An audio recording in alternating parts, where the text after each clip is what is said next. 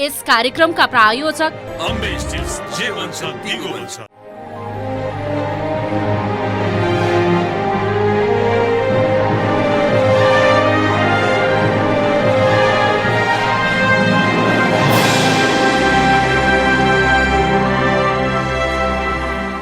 नमस्कार, स्वागत अनि अभिवादन छ कार्यक्रम वाह क्या राम्रोमा। म धीरेन्द्र प्रेमर्ची। जनता टेलिभिजनको साहित्यिक चौतारी वाह क्या राम्रोमा हामी कविहरूका विचार र कविता प्रस्तुति सुन्ने गर्दछौँ। यसै क्रममा आज 4 जना विशिष्ट कविहरू हामीसँग हुनुहुन्छ। म उहाँहरूको परिचय गराउँछु। चेतनाथ धमला, अर्का कवि डाक्टर कौशिला रिसाल, अर्का कवि हुनुहुन्छ प्रथा। हजुर नमस्ते। र कवि केशव सिलवाल। नमस्कार।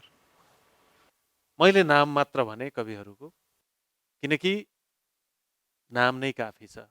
उहाँहरूको चारैजना समसामयिक कविता लेखनमा स्थापित मात्र नभएर प्रतिष्ठापित कविहरू। यहाँहरू सबैजना प्राय सबैसँग सुपरिचित हुनुहुन्छ र अझ कविताभित्र छिर्दै गयौँ, त्यसलाई मनन गर्दै गयौँ भने मलाई लाग्छ हामी अझ गहिरिएर चिन्नेछौँ, उहाँहरूलाई आत्मसात गर्नेछौँ। र सुरुवात गरौँ चेतनाथ धमलाजीबाट। चेतनाथ धमला बहुआयामिक व्यक्तित्व, अभियन्ता, खास गरी हाइकुको उत्थानमा चाहिँ नि, सानो कविताको उत्थानमा ठुलो उहाँको चाहिँ नि अभियान निरन्तर चलिरहेको छ।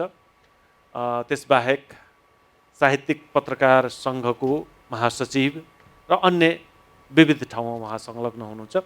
चेतनाथजी, तपाईँको कविताबाट अगाडि बढौँ। धन्यवाद सर। मैले वाचन गर्ने कविताको शीर्षक छ नाथे चेतनाथ। नाथे चेतनाथ। हजुर।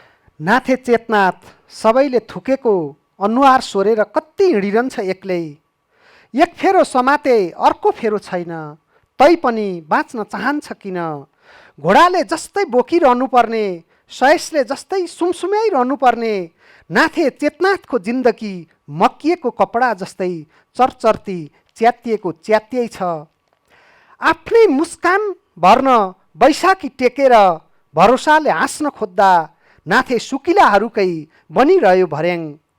छिरेको 1.5 दशकमा पनि काठमाडौँलाई चेखे थाप्न नसकेर भुत्ल्याएको चरा जस्तै नाङ्गै भुतुङ्गै छटपटिँदैछ चोटको आगोले।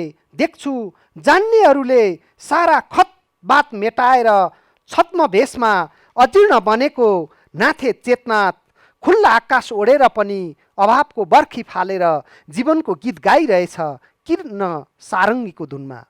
जसले रुवाएर एक समुद्र आँसु पिएर गए पनि, आँखामा मरुभूमिको मृग तृष्णा छरेर गए पनि, तम्तम्याउँदो फोरासँगै सोरिएको अनुहारमाथि अभावको चक्रव्यूह विरुद्ध उत्साहले सङ्लो नदी उमारेर किन बगाउन चाहन्छ नाथे चेतनाथ। भन, मरण च्यासे अनुहारै भए पनि किन जुर्मुराउन खोज्छ सधैँ, र नाथे चेतनाथ कति हिँडिरहन्छ एक्लै। मरण च्यासे अनुहार भएर पनि किन जुर्मुराउन खोज्छ नाथे चेतनाथ। धेरै धेरै धन्यवाद चेतनाथजी। र अब हामी डाक्टर कौशिला रिसालज्यूलाई आफ्नो कविता सुनाउन अनुरोध गर्छौँ। नमस्कार। मैले वाचन गर्ने कविताको शीर्षक नक्कली लिङ्गेपिङ। नक्कली लिङ्गेपिङ।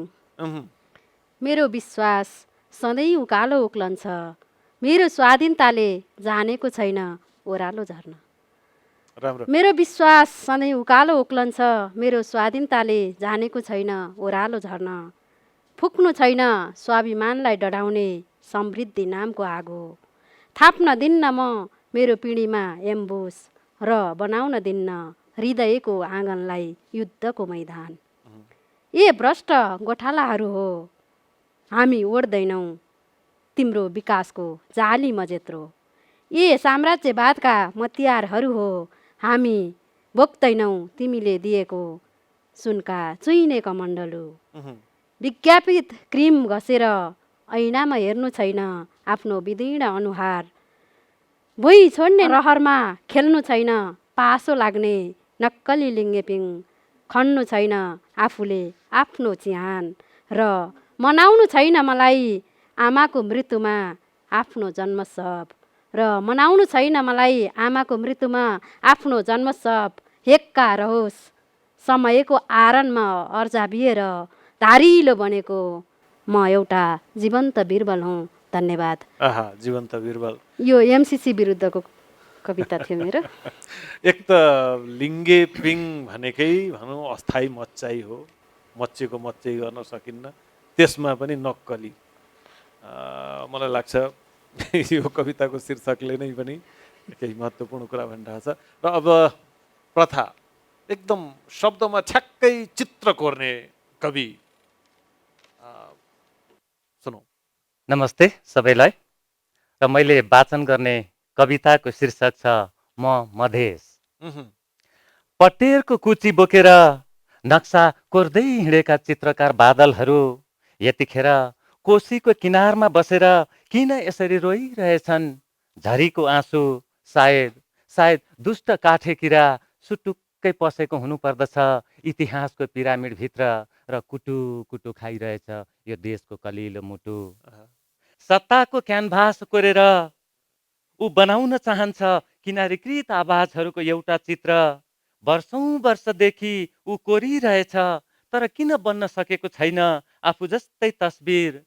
ऊ सिक्न चाहँदैन तिम्रो देशभक्तिको नक्कली पाठ। तिमीलाई के थाहा र कसरी लुकाएर राखेको छ उसले मनका भित्ताहरूमा आफ्नो पहिलो तस्बिर। आमाको अनुहार हेरेर कोरेका ती सिकारु धर्साहरू मिलेर किन पो बन्यो होला यो देशको सुन्दर तस्बिर। को हो त्यो जसले सुकाइरहेछ उसको संवेदनाको सागर? कसले लेखिरहेछ उसैको रङमाथि शङ्कै शङ्खका शोधपत्रहरू? कुन कारखानामा बनाइन्छन् शिविरमा बाँडिने भैया छापका पाउरोटीहरू? सबै थाहा छ तिनतोल्यालाई तर पनि ऊ भरुवा बन्दुकमा अडेस लागेर 10 गजा रुङ्छ रातभरि र बरमझियाको पेडा पसलमा बसेर दिनभरि कोरिरहन्छ त्यही बन्न नसकेको तस्बिर। सायद ऊ यो देशको लियोनार्दो बन्न चाहन्छ। शीतलहरको धुस्सा ओढेर बिहानै निस्किन्छन् लभकुश जस्ता नानीहरू र कोरेर फर्किन्छन्। आफ्नै रगतले माटोको निधारमा एउटा नाम। खै कहाँबाट आउँछन् यी सेता कर्याङकुरुङका बथानहरू र मेटेर जान्छन् कार्यालयको सूचना पार्टीबाट यो देशको नाम। ऐना त एउटै छ जसले हेरे पनि मुहार मात्र बदलिनु पर्ने हो। तर किन बदल्छ यो ऐनाले मान्छे अनुसार फरक फरक रङ? हरेक वर्ष नवान पर्वको ठिक अघिल्लो रात सपनाहरू बिचकाउँदै किन आउँछ यो हवाई जहाज पहाडबाट र कुल्चिएर जान्छ मेरो जिन्दगीको रङदानी र कुची। ओ प्रोफेसर महोदय कलर ब्लाइन्ड चस्मा लाएर अब तिमी कसरी गर्न सक्छौ र रङहरूको समाजशास्त्रीय व्याख्या? म मधेस अब बहिष्कार गर्छु तिम्रो विश्वविद्यालयका अँध्यारा कक्षा कोठाहरू। कोही त पक्कै छ नेपथ्यमा बसेर कैँची चलाउने जो मलाई दाभिन्ची नभई दाउद बनाउन चाहन्छ। गजब। दाउद बनाउन चाहने कोही न कोही त छ र यो मधेस मात्र होइन देशका थुप्रै ठाउँमा यस्ता मनहरू, यस्ता भावहरू, यस्ता समुदायहरू छन्। त सबभन्दा मधेस शीर्षक राखे तापनि मधेस पुरै छरिएको छ क्या कविताभरि। बहुत राम्रो लाग्यो। धेरै धेरै धन्यवाद प्रथाजी। र अब कवि केशव सिलवाल एकदमै सौम्य अनुहार, नबोल्ने त्यति यस्ता व्यक्तित्व तर कविता उहाँको कविताले जहिले पनि बोल्ने गरेछ, विशेष बोल्ने गरेछ, नबोलिएका कुराहरू बोल्दै आएछ। भर्खरै उहाँको चिबे चरा भनेर एउटा कविता सङ्ग्रह पनि प्रकाशित भएको छ। केशवजीको हातमै देखिरहेको छु। हजुर केशवजी हस् आफ्नो धन्यवाद कविता दाइ। सुनाउनु। म यो चिबेचरा कविता सङ्ग्रहबाटै उहुँ। कविता सुनाउन चाहन्छु। तुइनमा उल्टो झुन्डिएर कविताको तुइनमा शीर्षक उल्टो झुन्डिएर। विद्यालय गइरहेकी छे एउटी सानी केटी तुइनमा उल्टो झुन्डिएर। विद्यालय गइरहेकी छे एउटी सानी केटी तुइनमा उल्टो झुन्डिएर। उल्टो झुन्ड्याएको छ यस देशले ती निरह केटीलाई र घोकाइरहेछ इतिहास नेपालीहरू वीर छन्। उहुँ। जब डाँडाले नै छेकिदिन्छ थाहा हुँदैन खोजमा कहाँ छ देश। मध्याह्नमै अस्त हुन्छ जहाँ पछेपाती एक पाहे घाम थाहा हुँदैन त्यहाँ देश भनेको के हो। देश खोज्दै ती केटीहरू दिनदिनै गरिरहन्छन् तुइनबाट वारी र पारी र पल्टाउँछन् वर्षको अन्तिम महिना बल्ल तल्ल आइपुगेको सरकारी पुस्तकको अनुहार। देशमा क्रियाशील छन् डलरका संस्थाहरू चलायमान छन् 101 घरानिया अनुहारहरू तर कुपोषण लागेको छ पहाडलाई बाहिर टुसुक्क निस्किएका छन् आँखाहरू। खडेरीले खाएको छ तराई जस्तो मनलाई तर गणना गर्छन् घरानियाहरू केवल लास कति पुग्यो 100, 1000 वा 1 लाख। उडन तस्तरीमा आउँछन् यहाँ शासकहरू ती कुन ग्रहका जीव हुन् चिन्दैनन् ती केटीहरू। यति थाहा छ देश भनेको यही तुइन रहेछ जुन चुनिन सक्छ जति बेला पनि। जब चुनिन्छ खिया लागेको तुइन विलीन हुन्छन् तिनीहरू पानीमा। विलीन हुन्छ देशको एउटा अपाई सपना तर गहिरो कुम्भकर्ण निन्द्राबाट बिउजने प्रयास गर्दैन देश। विद्यालय गइरहेकी छे एउटी सानी केटी तुइनमा उल्टो झुन्डिएर। धन्यवाद। ओह कस्तो गजब। बिम्बै बिमका एकदम बिस्कुन सुकाइएको कविता र देशको कुरा गर्नुभयो। देश बनाउने कुरा गरिराख्नेहरू देश बनाउने अभियानमै जोडिन्छन् आफै मध्येबाट। त्यसको दशकपछि 2 दशकपछि पनि त्यही तुइनमा उल्टो झुन्डिएर हिँडिराखेको देख्दा कविलाई साँच्चीकै जाने कस्तो लाग्छ। कवितामा त सारा कुरा भनेकै छ। यो तुइन भन्ने कुरो पनि एकदम अजिबको छ किनभने अहिले नेपालको वस्तुस्थितिमा तुइन हटाइहाल्ने त्यसलाई तोडिहाल्ने पक्षमा होइन गर्न सक्ने अवस्थामा पनि देश छैन। माथिबाट चाहिँ प्रयास भएको छ भन्छन् तर काहीँ प्रयास भएको देखिँदैन। ती नानीहरू अझै पनि होइन हामी देखिरहन्छौँ तुइनमा झुन्डिएर बिहानै बेलुका कति खसेर त्यही चाहिँ मृत्यु भएका कुराहरू कथाहरू होइन वेदनाहरू हामी सुनिरहन्छौँ भने यो वेदनालाई चाहिँ मैले देशसँग जोडेर यहाँ त्यो त एकदम स्पष्ट छ। म अलिकति अझ प्रष्टतासँग के जाने सोध्न चाहिरहेको छु भने केशवजी कुनै बेला अहिले पनि तपाईँ हुनुहुन्छ जहाँ त्यहीबाट निस्केका व्यक्तित्वहरू नेताहरू जसलाई चाहिँ नि तपाईँका शब्दहरूले ऊर्जा दिए त्यही तपाईँ हामीले चलाएको पूर्जाका भरमा उनीहरू देश चलाइरहेछन् तर त्यो अहिले पनि उल्टै झुन्डिराखिएको छ। आखिर कहाँ खोट कहाँ रहेछ हाम्रो सङ्कल्पमा हाम्रो शब्दमा वा केमा। जब माथि पुग्छन् तलको भुइँकै मान्छे पुग्ने हो सडककै मान्छे फुटपाथमा हिजो सधैँ सँगै बदम खायो भने आज तिनीहरू माथि पुगेका छन् भने हामी त सडकमै छौँ। र जब उनीहरू माथि पुग्छन् ती रूपान्तरित हुन्छन् उनीहरूको सपना रूपान्तरित हुन्छ उनीहरूको दृष्टिकोण रूपान्तरित हुन्छ र उनीहरूको आँखाले त्यो तुइन त अब देख्दैन। अब त लिफ्टहरू देख्छन् त ठुला ठुला भवनहरूको। त्यस कारणले त्यो लिफ्टमा चढिसकेपछि तुइनलाई उनीहरू नजरअन्दाज गर्छन् र तर हामी तुइन चढ्नेहरू अझै पनि तुइनमै छौँ। त्यही त अवस्था चेतना चाहिँ के लाग्छ आखिर किन हुँदो रहेछ त यस्तो। मान्छे त त्यही हो हामीले नै बढाएका एक किसिमले हामीले नै हुर्काएका तिनीहरू नै त्यहाँ पुगेपछि रूपान्तरित हुँदा रहेछन्। परिवर्तनको कुरा धेरै सुन्यौँ सौन्दर्यको कुरा धेरै सुन्यौँ। त्यो परिवर्तन र सौन्दर्य भन्ने कुरो चाहिँ त्यो अरूलाई उल्टोतिर बगाइदिएर आफू सुल्टोतिर जाने र आफूले आफैलाई परिवर्तन गर्ने अघि उहाँले भने जस्तो व्यवस्थित गर्ने र माथि चुचुरामा बसेर अरूलाई ढुङ्गा हान्ने जस्तो लाग्छ मलाई त।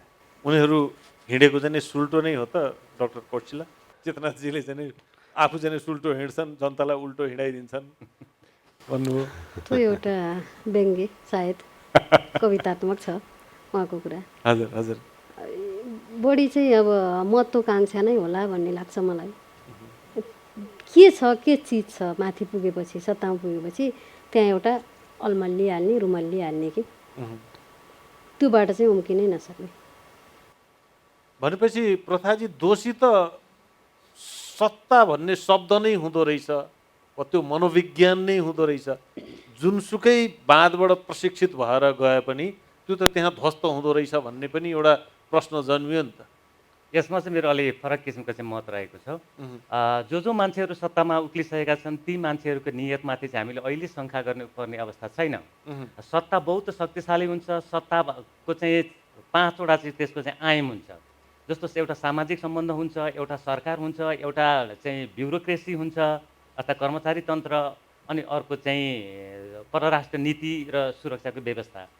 र यी मान्छेहरू जसलाई हामीले चाहिँ विश्वास गरेका थियौँ हिजोदेखि आजसम्म र भोलि पनि विश्वास गर्ने पक्षमै छौँ जस्तो मलाई लाग्छ।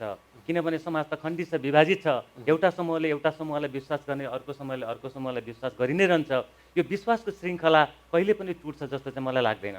र त्यो सत्ताको रूपान्तरण चाहिँ प्रधान कुरो हो। हामीले चाहिँ राजनीतिक रूपान्तरणमा चाहिँ सम्पूर्ण कुराहरूको चाहिँ खोज गरिरहेका छौँ। राजनैतिक रूपान्तरण भन्दा पनि सत्ताको रूपान्तरण चाहिँ प्रधान कुरो हो। र सत्ताको रूपान्तरण गर्नको लागि चाहिँ तपाईँको 20 वर्ष, 15 वर्ष, 30 वर्षको समयावधि काफी नहुन पनि सक्छ। एउटा दीर्घकालीन रूपमा चाहिँ जरा गाडेर बसेको सत्तालाई चाहिँ परिवर्तन गर्नको लागि एउटा विशिष्ट किसिमको समयको नै माग गर्छ भन्ने जस्तो चाहिँ मलाई लाग्छ। त्यही भएर हामी कवि साहित्यकारहरू चाहिँ खालि निरसा र कुण्ठाका मात्रै भाष्यहरू चाहिँ ओकल्ने होइन कि अलिकति विकल्प सहितको एउटा लेख अथवा विकल्प सहितको एउटा आवाज ती मान्छेहरूको कानमा पनि पुर्याउन सक्नुपर्छ। र कालान्तरमा गएर चाहिँ जनतामा जागरण आयो भने त्यो जागृत मान्छेहरूले चाहिँ सपना देख्न थाल्छ र सपना जन्मिसके पछाडि उसले विकल्पको खोजी गर्छ र त्यो विकल्पको खोजी गर्ने क्रममा चाहिँ ठुल्ठुला राज्य व्यवस्थाहरू पनि सजिलै परिवर्तन हुन सक्छन्। र अर्को मेरो आशय चाहिँ के हो भने सबै कुरो राम्रै भइरहेको छ यसो भन्न खोजेको होइन मैले। धेरै कुराहरू बिग्रेका छन्, समेट्नुपर्ने सम्हाल्नुपर्ने कुराहरू प्रशस्तै छन्। तर त्यति हुँदाहुँदै पनि एउटा घनघोर निराशाको कालो बादलमा हामी झम्मै पस्यौँ, यो तथ्यलाई चाहिँ म स्वीकार्न सक्दिनँ। केही त्यहाँ चाहिँ बादलभित्र पनि चाँदीका घेराहरू छन्। त्यो घेराहरूको खोजी गर्ने चाहिँ हामी जस्तो सर्जकहरूले चाहिँ आवाज दिनुपर्छ, दिशानिर्देश गर्नुपर्छ भन्ने चाहिँ मेरो सबै सर्जकहरूलाई चाहिँ आग्रह रहन्छ। यात्रा लामो छ, थुप्रै ठाउँमा भङ्ठी भन्छन्, मर्मत भन्छन्, त्यो चाहिँ नै गर्दै गएर मात्रै सरकारको कुरो भएन, सत्ताको कुरो हो। त्यसमा चाहिँ नि केही गर्नुपर्ने यही भनौँ। कति विकृतिको मात्रै कुरा गर्ने होइन, कति दुख्नु विकृतिमा, संस्कृतिको कुरा गरौँ, के पो छैन हामीसँग, प्रकृतिको कुरा गरौँ भन्दा भन्दै जे छ सकारात्मकता खोजौँ नि त होइन। यो पनि छ। तर यति भन्दा भन्दै पनि एउटा चाहिँ ठ्याक्क मैले सम्झेँ, अहिले भर्खरै प्राय यहाँका कविज्यूहरू जुन विचारसँग नजिक हुनुहुन्छ त्यही पार्टीको महाधिवेशन भइरहेको बेलामा केही नेताहरूको अभिव्यक्ति सुनियो। हामी सुँगुर खोर सफा गर्न गएका थियौँ, कता कता आफै पो त्यसैमै रूपान्तरित भयौँ भन्ने अलिकति बडा काव्यात्मक अभिव्यक्ति चाहिँ आएछ। त्यस्तो पनि भएको छ त? यसमा चाहिँ के छ भने सुँगुरको खोर हामी सफा गर्न गएका आफै सुँगुर भने यो एउटा काव्यिक भाषा हो कि यो काव्यिक भाषाको ठुलो मर्म चाहिँ यसले चाहिँ दीर्घकालीन रूपमा चाहिँ असर पार्छ। जुन विचार र सिद्धान्तप्रति चाहिँ निष्ठा व्यक्त गरेर चाहिँ बहुसङ्ख्यक जनताहरूले चाहिँ उनीहरूलाई साथ र समर्थन दिए। त्यो साथ र समर्थनको चाहिँ तुलनामा चाहिँ ती मान्छेहरूले उनीहरूलाई चाहिँ सर्भिस डेलिभरी गर्न नसकेको अवस्था यथार्थ हो, यो स्वीकार्नुपर्ने हुन्छ। अब त्यो के कुराले गर्दाखेरि उनीहरू असफल भए भन्ने कुराको चाहिँ तत्त किसिमले तत्त ठाउँमा त्यसको व्याख्या विश्लेषण गर्न सकिन्छ। तर अहिलेको तहमा चाहिँ मलाई लागेको के भने उनीहरूले कम्तीमा पनि त्यो कुरालाई स्वीकारे भने ती व्यक्ति ती पात्रहरू कम्तीमा अन्तर्हृदयबाटै स्खलित भइसकिहालेका चाहिँ छैनन् है। केही न केही तिनीहरूमा अझै पनि एउटा चाँदीको घेरा अझै पनि अलिकति चाहिँ रूपान्तरण गर्न सकिन्छ भने हिम्मत र साहस बाँचेको छ है। जनताहरूको साइडबाट चाहिँ त्यति निराशा भइ नहाल्नुपर्ने अवस्थाको चाहिँ उद्घोष हो भन्ने कुरा चाहिँ म राख्छु। सुन्दा अप्रियता लाग्छ तर बोध भएको छ क्या ती मान्छेहरूलाई। यो बोधले मात्रै पनि सकारात्मक रूपान्तरणमा कतिको भूमिका खेल्न सक्छ? म अलिकति प्रथाजीको भन्दा फरक मत। अघि पनि भन्नुभयो जुन अहिले सत्तामा पुगे नि, म अलिकति आलोचनात्मक पनि छु क्या म। त्यही सडकबाटै घात हो नि, सडकको मर्म अनि यसरी अहिले हामीले जुन समसामयिक कविताहरू वाचन गऱ्यौँ होइन, तुइनका कुरा गऱ्यौँ। अनि के अरे चाहिँ देशको एउटा चाहिँ संस्कृति लोप हुने, अब भनौँ न देशकै हत्या हुने सम्मका चाहिँ जुन कुराहरू भइराखेका हुन्छन् नि राजनीतिक घटना परिघटनाबाट होइन, ती कुराहरू गऱ्यौँ। त्यो चाहिँ त त्यहीँबाट उठेर जानेले त कम्तीमा पनि थोरै पनि प्रयास किन नगरे होला। तर प्रतिपक्ष हुँदाखेरि जसरी चाहिँ विरोध आउँछ नि, त्यो चाहिँ पक्षमा सत्तामा गएपछि चाहिँ किन नभएको होला भन्ने चाहिँ मलाई लाग्छ। अर्को अहिले हजुरले के प्रसङ्ग भन्नुभएको थियो भने त्यहाँ पनि थोरै अलिकति बोधसम्म छ कम्तीमा ल है हामी चाहिँ बिग्रिरहे त छैनौँ, बाटो बिराएका त छैनौँ त्यो भन्ने। छ। कोही कोही एक दुईजनाले अलिकति अब जस्ताको जस्तै जुन अध्यक्षज्यूबाट आएको प्रतिवेदन माथि पनि जुन चाहिँ एउटा अलिकति विमति आलोचना राख्नुभयो, त्यो चाहिँ मलाई सकारात्मक लाग्छ कि त्यसमा चाहिँ सबै चाहिँ नफेरिए पनि केही त्यहाँ गएका प्रतिनिधित्व गरेर गएकाहरूबाट आएका सुझावहरूलाई चाहिँ मनन गर्नुपर्छ भन्ने चाहिँ मलाई लाग्छ है, जस्तो लाग्छ। चेतनाजी म त यस्तो कुरा अलिक कम बुझ्छु। अघि कवि प्रथाजीले बोलिरहँदा म उहाँ सुन्दर कवि मात्र सुन्दर वक्ता पनि हुनुहुँदो रहेछ, त्यस्तै कसरी बन्ने भन्ने लाग्यो होइन। हामी जो भुइँ मान्छे हिजो खाली खुट्टा टक टक टक टक टक हिँडेकै पुस्ता पर्छ हाम्रो पुस्ता। अनि त्यो खाली खुट्टा हिँड्दाखेरि केले घोचो घोचेनसँग मतलब भएन क्या। त्यो सत्ताको नसा चाहिँ म यसो हेर्छु टाढाबाट भुइँ मान्छेको हिसाबले, त्यो कुलतमा फसेर सिरिन्ज लिइरहेको एउटा नवजवान युवाको अवस्था जस्तो सत्ताको अवस्था छ हेर्नुहोस् मेरो दृष्टिकोणमा। अनि अर्को चाहिँ कस्तो लाग्छ भने आफू बनिसकेपछि बोध गर्ने पो हो कि कतै होइन, आफू बिग्रिसकेपछि बिग्रिएँ भनेर बन्न खोज्दाखेरि क्षणिकता बन्छ, दीर्घकालीन बन्दैन कि। मेरो यो एउटा कवि मनले त्यसो भन्छ। बन्नको लागि आफू पनि स्वस्थ चाहियो के, भावना स्वस्थ चाहियो, स्वास्थ्य स्वस्थ चाहियो। मान्छे जब अलिअलि उमेर ढल्किँदै जान्छ अनि उसमा रिसको आवेग बढी हुन्छ, अर्थोपदेश बढी हुन्छ, अनि कता कता कता कता उसलाई चाहिँ आत्मा प्रशंसा बढी हुन्छ। उसले ग्लानि महसुस गरे पनि एकछिन मात्रै गर्छ क्या, अर्को क्षण गर्न सक्दैन। यो परिबन्धबाट हामीले कसरी रूपान्तरण हुने संस्कृतिको चुरो चाहिँ यही छ भन्ने लाग्छ। अनि अर्को कुरा चाहिँ मलाई मिल्दाखेरि त्यो अमृत पनि के ढल भन्न खोजेको, ढल पनि ठ्याक्कै अमृत बन्छ। अलिकति चोट परेपछि त्यो अमृत पनि ढल बन्छ कि।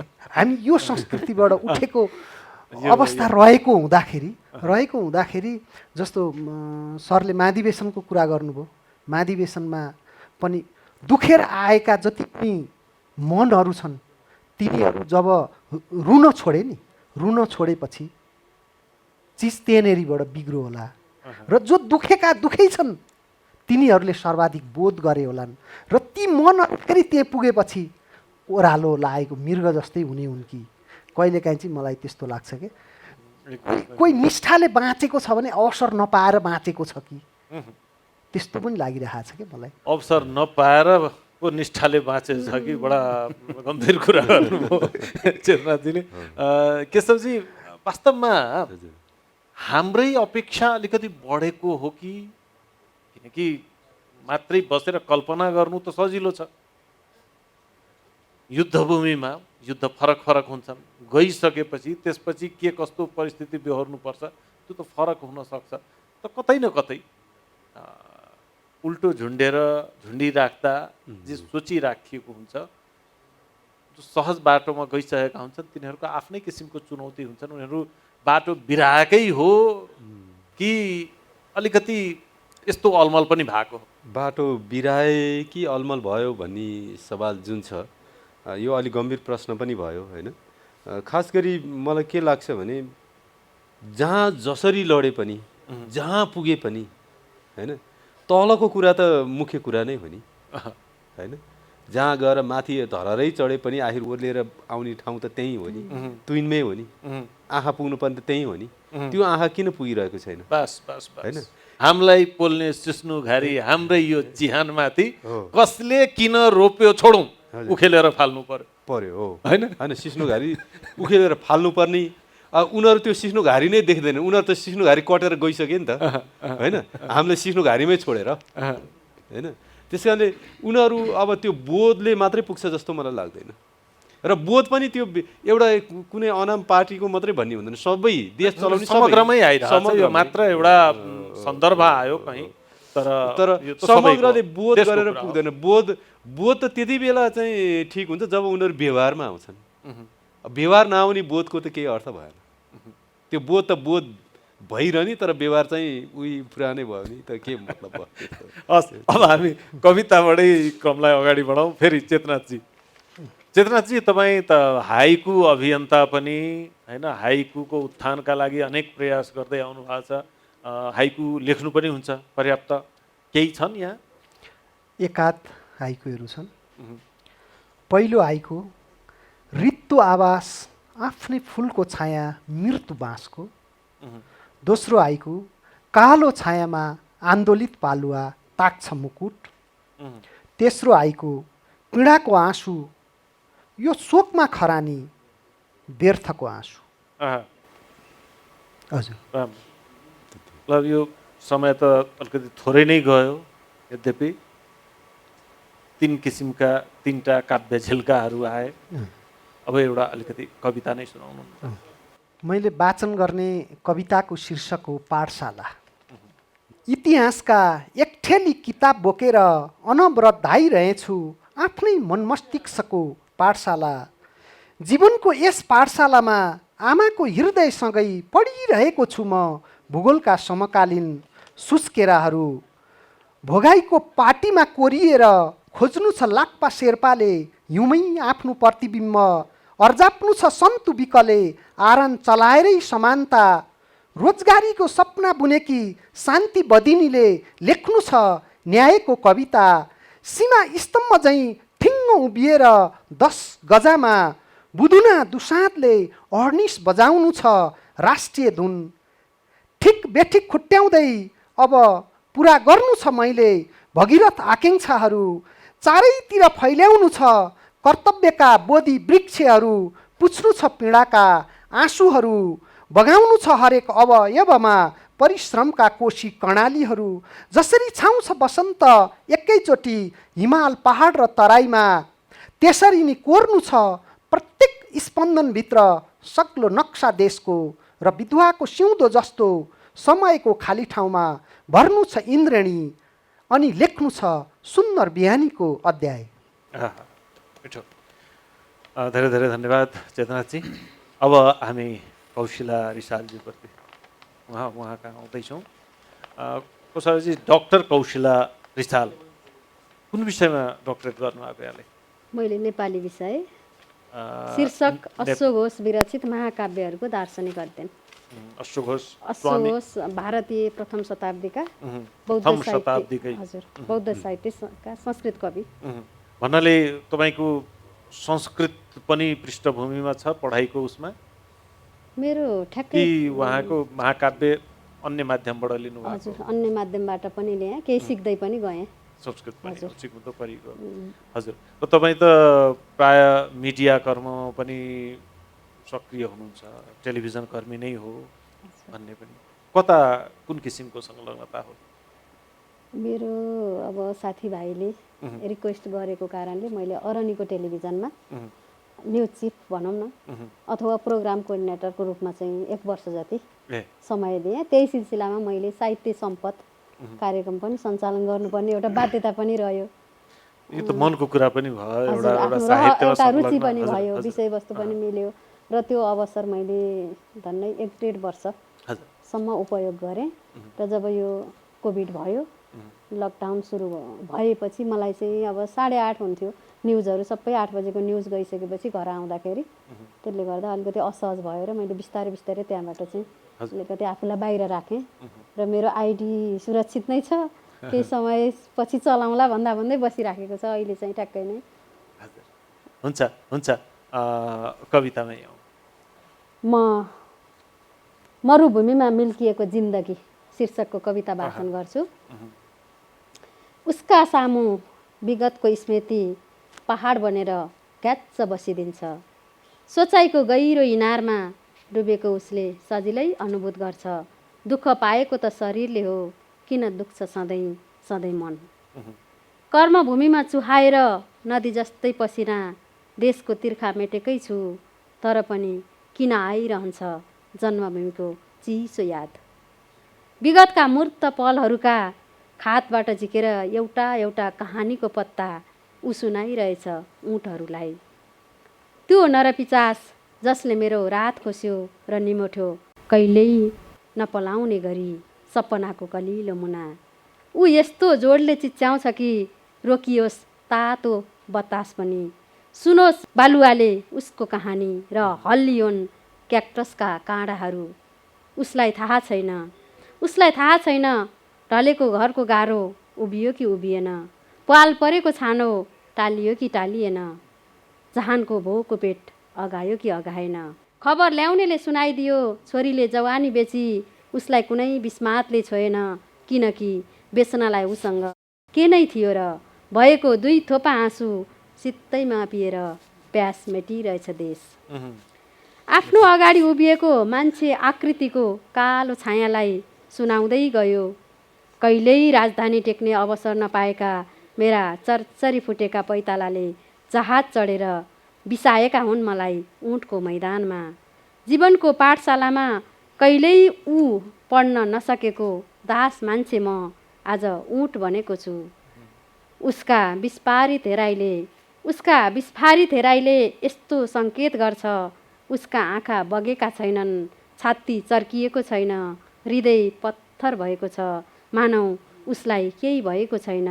ऊ सक्लो छ, केवल उसँग छ बौलाहा समयले चुसेर मरुभूमिमा मिल्काएको जिन्दगी। धन्यवाद। धेरै धेरै धन्यवाद कौशलाजी। अब फेरि हामी कवि प्रथाको कविता सुन्नेछौँ। अघि कुराकानीमा जे जति यस्तो भए तापनि चाँदीको घेरा भनिए तापनि उहाँको कवितामा चाहिँ नि अहिलेसम्म पनि कहीँ पनि त्यो संशय छैन, बरु त्यसले झन् प्रखर रूपले बोलिरहेको छ युगको आवाज भन्ने चाहिँ नि मैले महसुस गर्दै आएको छु। हेरौँ अरू कुन कविता आउँछ। धन्यवाद है।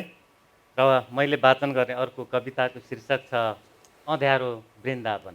आहा कस्तो मिठो। उस बेला साझा नै थियो मान्छेले टेक्ने यो धरतीको माटो, साझा नै थियो मान्छेले सोच्ने विचारको तरङ्ग, र साझा नै थियो मान्छेले बजाउने प्रेमको सितारा पनि। सायद साझा नै थियो मान्छेले तर्ने आफ्नै आँसुको नदी, र साझा नै थियो होला मान्छेले गाउने स्वतन्त्रताको गीत पनि। जब झाँगिन थाल्यो मस्तिष्कको पोखरीभरि जलकुम्भी झार, तब सुक्न थालेको हो मान्छेभित्र करुणा र प्रेमको सिमसार। मान्छे मालिक बन्यो र लेख्न थाल्यो लुटको नूतन दर्शनशास्त्र। मान्छे दास बन्यो र घुड्क्याउन थाल्यो धर्म र ईश्वरको बासी कुँडो। मान्छे भक्त बन्यो र निभाउन थाल्यो ज्ञानको त्यो आदिम ज्योति। र मान्छे भगवान पनि बन्यो र मुण्डन गर्न थाल्यो विज्ञानको तार्किक शिर पनि। मालिकहरू मन्दिरभित्र छिर्दैनन् तर मसानघाट जस्तो मन्दिर बनाउँछन्, गुम्बाको आँगन टेक्दैनन् तर बधशाला जस्तो गुम्बा ठड्याउँछन्, मस्जिद फर्केर ढोक्दैनन् तर पागलखाना जस्तो मस्जिद उभ्याउँछन्, गिर्जाघर पनि जाँदैनन् तर कोठी जस्तो गिर्जाघरमा लगानी गर्छन्, श्रम गर्दैनन् उनीहरू तर श्रम चोर बनेर जुनीभर मोज गरिरहन्छन्, धार्मिक पनि बन्दैनन् उनीहरू तर धर्म भिरु बन्न सहस्र भ्रमहरू पैदा गरिरहन्छन्। उनीहरू पढ्दैनन् भोगको शाश्वत व्याकरण तर पढ्न लगाउँछन् शास्त्रका मुर्दा श्लोकहरू। उनीहरू लेख्दैनन् जीवनका उदात्त गीतहरू तर लेख्न लगाउँछन् मृत्युका लम्पट कहानीहरू। उनीहरू सुन्दैनन् सिर्जनाका सुमधुर धुनहरू तर सुन्न लगाउँछन् अफिम मुसिएका भजनहरू। किनकि उनीहरूलाई थाहा छ धर्म एउटा त्यस्तो खतरनाक अस्त्र हो जसको प्रहारबाट मान्छे सजिलै दास बन्न सक्दछ। पीडाको आहालमा डुबाएर उनीहरू सिकाउँछन् कम्युनिस्ट मेनिफेस्टोको विरोध गर्न, गीताका पटवारी भजनहरू घोकाएर उनीहरू विवश पार्छन् दासहरूलाई श्रमको मूल्य लिलाम गर्न। पूर्व जन्मका किम्बदन्ती सुनाएर उनीहरू भत्काउँछन् यो जन्मका सपनाका शार्दुल लयहरू र यो उज्यालो रानीवन जलाएर उनीहरू लैजान्छन् मान्छेहरूलाई शास्त्रको अँध्यारो वृन्दावन। हातमा तराजु बोकेर रङ र भूगोलको आधारमा प्लटिङ गर्ने ठेकेदार हुन सक्छ तिम्रो भगवान। प्रेमको धागो टुटाएर घृणाको भट्टीमा पृथ्वी जलाउने कुनै खतरनाक जल्लाद हुन सक्छ तिम्रो भगवान। हृदयको करुणा मारेर गुम्बा मस्जिद र मन्दिरभित्र मानवता रेट्ने बगरे हुन सक्छ तिम्रो भगवान। र कुटिलताको बर्को ओढेर संवेदनाको खरिद बिक्री गर्ने कुनै मुनाफाखोर दलाल हुन सक्छ तिम्रो भगवान।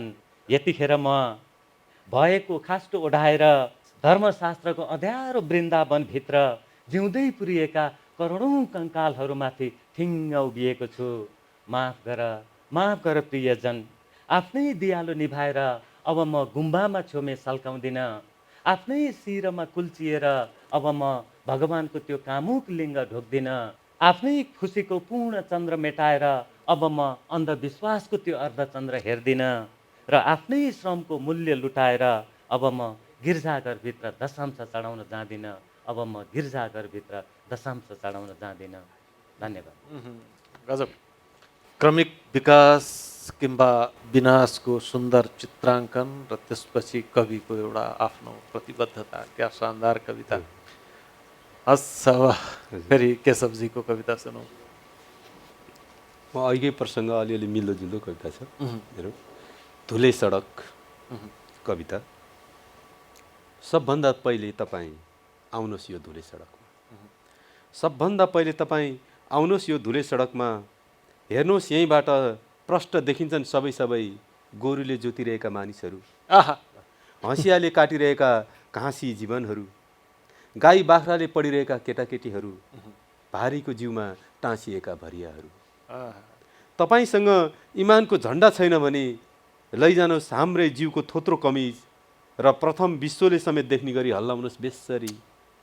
तपाईँका लागि यहाँ उपलब्ध छैन मखमली रातो कार्पेट। सुकिलो जिउमा लाग्न सक्छ धुलो मैलो। खुट्टामा उठ्न सक्छ ठेला। तिर्खाले सुक्न सक्छ घाँटी। तर तपाईँले भेट्न सक्नुहुन्छ यहाँ तपाईँले छोडी गएका घायल योद्धाका अलपत्र जीवन युद्धहरू।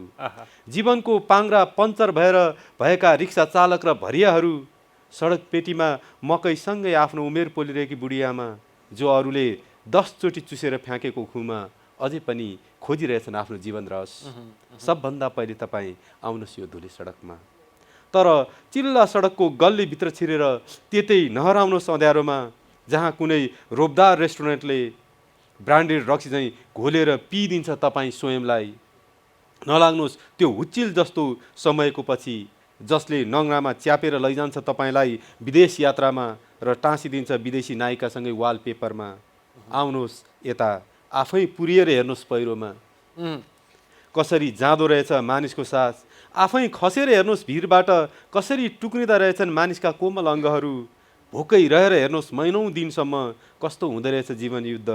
सबभन्दा पहिले तपाईँ आउनुहोस् यो धुले सडकमा। सबभन्दा पहिले तपाईँ आउनुहोस् यो धुले सडकमा। शानदार। मैले सुरुमै भनिदिइसकेँ केशवजीका कविताहरू ठिक उहाँको जुन व्यक्तित्व देखिने व्यक्तित्व छ त्यसको विलोम गइरहेका हुन्छन्। मान्छे जति सौम्य कविता त्यति नै अर्कैतिर गइरहेको हुन्छ र यसले वास्तवमा समय बोलिरहेछ। अब हामी एकदम अन्त्यमा आइपुगेका छौँ। छोटा छोटा 1 मिनटमै भनेर सकिने कविताको एक चरण अझै जाओस् न है। डाक्टर कौशिलाको सुनौँ। कविताको शीर्षक जात। आरन जस्तै जीवन बाँचेको एउटा मान्छे देश बनाउन खलातीमा पुग्छ आफू जस्तै तातो आगो। उसको मन पाकिरहन्छ सधैँ आफैले पिट्दै गरेका रातो फलाम चाहिँ। 20 टका लुगा सिउने सियोले सिउन सक्दैन ऊ च्यातिएर धुजा भएको आफ्नै मन। आफू नाङ्गो गोडा हिँड्न सक्ने उसले बनाउँछ आफैलाई कुल्चनेको लागि बुट। आफ्नो छातीभित्र सिङ्गो देश हुर्काउने उसले बारीभरि रोपेका दुःखका बिउ फलाउँछ सधैँ भोकको औषधि। तपाईँ अब पनि सोध्नुहुन्छ कि उसको जात? धन्यवाद। जा के सब्जीकै सुनौ फेरि हस्। सानो कागजको घोडा। हट घोडा हट, खुब कुदाइरहेछन् मानिसहरू कागजको घोडा। कागजको घोडामाथि चढिरहेछन् कागजकै मानिसहरू। आहा कागजको पहाडमाथि उक्लिरहेछन् कागजकै आरोहीहरू। कागजको नदीमा खियाइरहेछन् मानिसहरू कागजकै डुङ्गा। कागजमै सजिएका छन् देशका सुन्दर सपनाहरू। कस्तो मिठो। खुब गर्जिन्छन् यहाँ कागजका बाघहरू।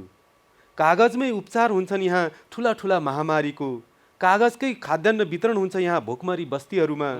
फर्जी कागज जस्ता छन् न्यायालयहरू। समग्र देश नै परिवर्तित भएको छ एउटा पातलो कागजमा। आहा कागजी घोडाको यति सुन्दर चित्रण। चेतनाजी रामसापथको अज्ञात घरबाट हो त उल्टो जुत्ता लगाएर हिँडिरहेछन् एकजोर खुट्टाहरू। रामसापथको अज्ञात घरबाट निस्किरहेछन् कैयौँ अज्ञात रोग जस्तै बगरेहरू। आँखामा पट्टी बाँधेर उल्टो तराजु झुन्डाएर जोखिन्छन् माल सामानहरू। भाउनिन्छन् रातो रङ्ग देख्यो कि सन्त्रस्त मनले आफै जल्छन् र कलुषित घोषणा गरेर पिरन्छन् मृग तृष्णा। कचहरीमा बस्छन् एकाएक र पटाङ्गिनीमा सुसेलिएर च्यात्छन् न्यायका पत्रहरू। आहा धेरै राम्रो। र अब हामी कविता प्रस्तुतिको अन्त्यमा आएका छौँ। प्रथाजीलाई चाहिँ मेरो अनुरोध, यो 2022 अङ्ग्रेजी नववर्षको दिन उहाँले एउटा कविता सेयर गर्नुभएको थियो सामाजिक सञ्जालमा, टोपी दिवस राष्ट्रवाद भन्ने। त्यो एकचोटि सुनौ। छोटै देखाएको थिएँ मैले। दाइको आग्रहमा म त्यही कविता वाचन गर्न चाहन्छु। राष्ट्रवाद। शिरधनले टोपी लायो भनिएको थियो टोपीले अग्लिन्छ राष्ट्रवाद।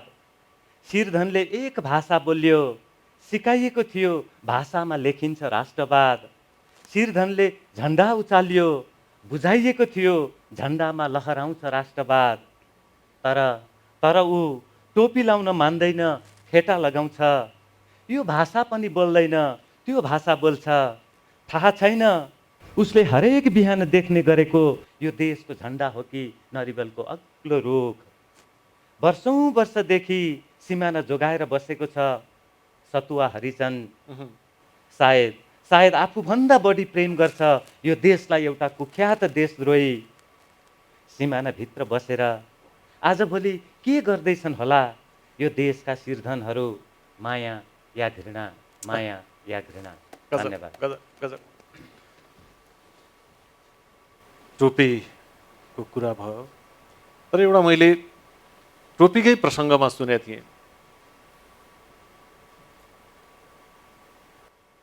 एकजनाले सरकारी अधिकारीले वा पुलिसले सोधेछ कुनै सन्दर्भमा, लौ टोपी फुकाल तिम्रो उचाइ नाप्नु छ। त्यो मान्छेले भन्यो, अरे साहब टोपी लाएरै त मेरो उचाइ बढेको छ। एउटा यस्तो पनि छ।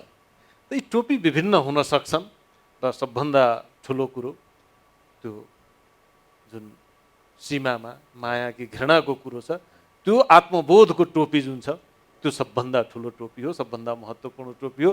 ती समस्त टोपीवालालाई सादर नमन गर्दै आजको कार्यक्रमबाट हामीले बिदा लिनुपर्ने हुन्छ र कार्यक्रममा आएर आफ्ना महत्त्वपूर्ण विचार र प्रस्तुतिहरू सुनाइदिनु भएकोमा कवि चेतनाथ धमाला, त्यसै गरी कवि डाक्टर कौशिला रिसाल, कवि प्रथा र कवि केशव सिलवाल चारैजनालाई धेरै धेरै धन्यवाद भन्दै म धीरेन्द्र प्रेमर्सी पनि आजको कार्यक्रमबाट बिदा चाहन्छु।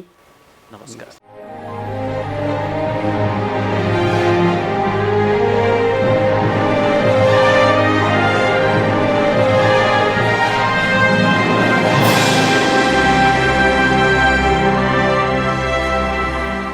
यस कार्यक्रमका प्रायोजक अम्बे स्टिल्स जे भन्छ दिगो भन्छ।